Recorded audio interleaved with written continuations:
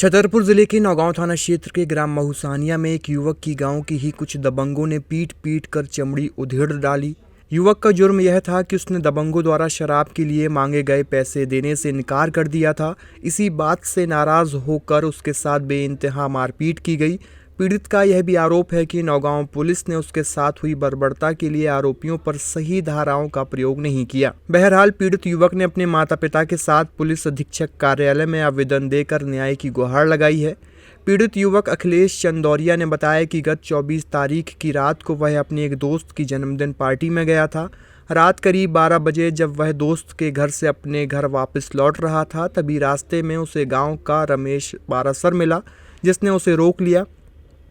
अखिलेश के मुताबिक रमेश पाराशर के साथ नरेश और राजेश पाराशर भी थे। तीनों ने उससे शराब और मुर्गा की पार्टी के लिए 10,000 रुपये मांगे और जब अखिलेश ने पैसे देने से इनकार कर दिया तो तीनों ने मिलकर लाठी डंडों और लोहे की रॉड से उसे पीटना शुरू कर दिया।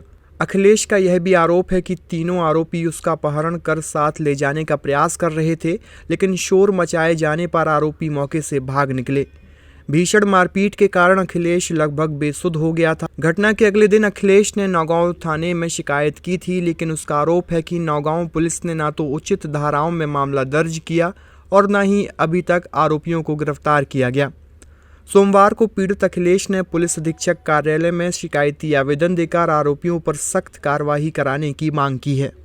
जी, मेरा नाम अखिलेश चंदौरिया है। मैं मऊसानिया का निवासी हूँ। किस तरह का आज आवेदन दिया इसके आप?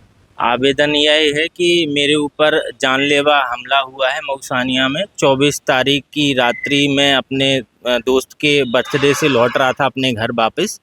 तो रास्ते में ही रमेश पाराशर गांव के रहने वाले नरेश पाराशर और राजेश पाराशर, इन तीनों ने मुझे रोका और मुझसे जबरन पैसे मांगने लग गए दारू और मुर्गा पार्टी के लिए, लेकिन मैंने देने से इनकार कर दिया। तो उन्होंने मेरे साथ बहुत निर्दयता से मारपीट की, रॉड और डंडों से, और मुझे बहुत ज़्यादा मारा गया और मेरा अपहरण करके ले जाने की कोशिश की गई और मुझे धमकियां दी गई कि अगर मैं पुलिस के पास गया तो मुझे जान से मार दिया जाएगा, कल का सुबह आप नहीं देख पाएंगे। ये मेरे साथ घटनाक्रम हुआ और मैं फिर अगले दिन सुबह रात्रि ज़्यादा होने के कारण मैं उस समय नहीं जा पाया थाने, क्योंकि मैं गंभीर चोटें थी मुझ पे।